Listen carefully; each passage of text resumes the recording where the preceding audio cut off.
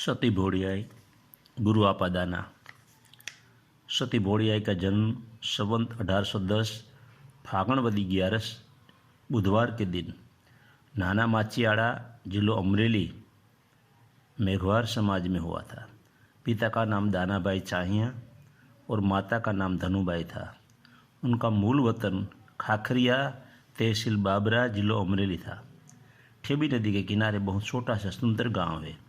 इस गांव में प्रतापी पुरुष काठी दरबार बावावाड़ा हुए। उनकी पत्नी ने ठेबी नदी के किनारे भीमनाथ महादेव का सुंदर मंदिर बनवाया। मंदिर के आसपास इमली नीम के वृक्ष है। पक्षी भी उस समय बहुत थे। सुबह शाम आरती का नाद गूंजते थे। ठेबी नदी का जल मधुर आवाज में बहता था।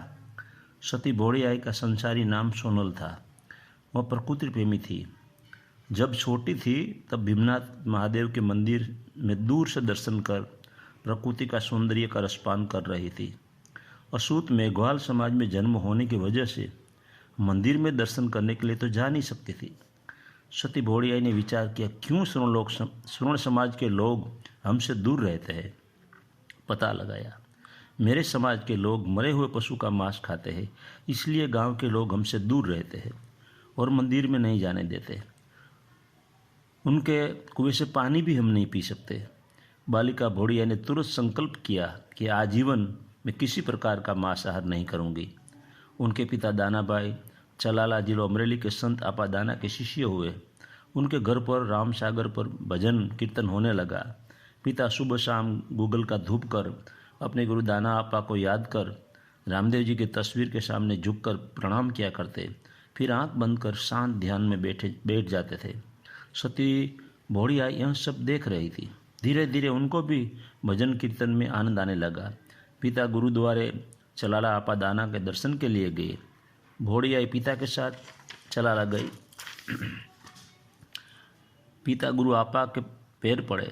भोड़ियाई ने भी आपादाना को प्रणाम किया। आपादाना ने छोटी बालिका को देखा और बोले, दाना, ये तेरी लड़की बड़ी योगिनी बनेगी। आज से तुम उसे भोड़ी नाम से पुकारना। तब से सोनल नाम की जगह भोड़ी नाम हो गया। बाद में आपादाना की शिष्या भी हो गई। भोड़ियाई उम्र लायक हुई तब उनकी शादी के बारे में पिता दानाबाई ने विचार किया। भोड़ियाई ने कहा, मैं मेघवाल समाज के उसी व्यक्ति से शादी करूंगी जो मांसाहार न करते हो। बहुत मुश्किल काम था। भोड़ियाई के लिए मेघवाल समाज में बिन मांसाहारी लड़का कहाँ से ढूंढे। बहुत तलाश करने के बाद बलगाम तहसीलदारी जिलो अमरेली के मुड़ा भगत नामे एक युवान, जो कि गिरनार के सिद्ध योगी वेलनाथ के शिष्य थे, उनके घर के लोग ने मांसाहार को तिलांजलि दी थी। भोड़ियाई की शादी मुड़ा भगत के साथ हुई। एक लड़की हुई। फिर मुड़ा भगत गुरु की सेवा में जूनागढ़ संत वेलनाथ की जगह में आ गए। भोड़ियाई लड़की को लेकर चलाला आपादाना की जगह में चली आई। जागृत हुई तब गुरु आदेश से नाना मासियाड़ा अपने वतन में कुटिया बनाकर राम रोटी के साथ भजन करने लगी। सती भोड़िया अति सुंदर थी और बहुत भाग्यशाली भी थी। उनको सिद्ध गेबीनाथ, आपा मेपा, आपा रत्ता, आपा जादरा, आपा गोरखा, आपा दाना, आपा विशामण, मुड़ियाई और आपा गीगा जैसे संतों का दर्शन हुआ था। सती भोड़ियाई के जीवन का एक प्रसंग याद करने जैसा है। नाना माचियाड़ा गांव के देवी पूजक लोग अंधश्रद्धा की वजह से एक भैंसा को बलि चढ़ाने के लिए लेकर जा रहे थे। भोड़िया ने देखा कि अभी थोड़ी देर में देवी पूजक लोग उसे बिना मौत कत्ल कर देंगे। देवी पूजक लोगों को प्यार से समझाया और भैंसा को मुक्त कराया। वह भैंसा भोड़ियाई के साथ आजीवन रहा। भोड़ियाई ने उस वक्त जो शब्द कहे वह जीवन में विचार करने जैसा है। जो जानवर बोल नहीं सकते, उनकी जीभ के स्वाद के लिए मानव हत्या करता है, वो बड़ा पाप है। और ऐसा विकारी भोजन खाने से भजन में भी बाधा होती है। जो भोजन छुप कर खाना पड़े, ऐसा भोजन क्यों करना चाहिए। संवत 1855 में पति मुड़ा भगते उनके वतन बलगांव में समाधि ली और संवत 1857 में भादरवा सुदी छठ गुरुवार के दिन भोड़ियाई ने नाना मासियाड़ा में जीवित समाधि ली। भोड़ियाई ने जब समाधि ली तब आपा विशामण गांव पाड़ियाद और आपा गीगा गांव सदाधार की हाजिरी थी। वो हाजिर थे। संवत 2035 में सती भोड़ी आई के समाधि मंदिर की प्राण प्रतिष्ठा आपादाना की जगह के गादीपति वल्कू बापू के हाथ से हुई। नाना मासियाड़ा के पास ही शीतल रोड पर संत रतनदास नामे संत हुए। बस अड्डा के पास उनका समाधि मंदिर है। रतनदास की अनुभववाणी तो प्रकट हुई है। संत रतनदास, गुरु भाणदास, दादा गुरु लोहलंगरी की एक वाणी सुनाता हूँ, क्योंकि भोड़ी आई की वाणी तो बहुत कम मिलती है। ए बेदल मुख थी मीठा बोले, एनी वाणी मां ब्रह्मांड डोले। बेलीड़ा बेदल नो संग नव करिए। कोयल ने काग बेई बैठा आंबानी डारजी। ए रंग महीनो एक से एनी बोली एक न होय।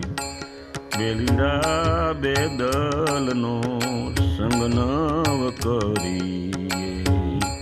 आंसलो ने बगलो बेय बैठा सरोवर पाड़जी। ए रंग तो बेईनो एक छे, एनो चारो एक न होय। बेलीड़ा बेदल नो संग नव करिए। श्याम वर्णी चणोठी ये तो ए मोनिया रे जोखाय जी। श्याम वर्णी चणोठी ये तो सोना रे जोखाय जी। ए तोल बेईनो एक जे एनु मूल एक न होय।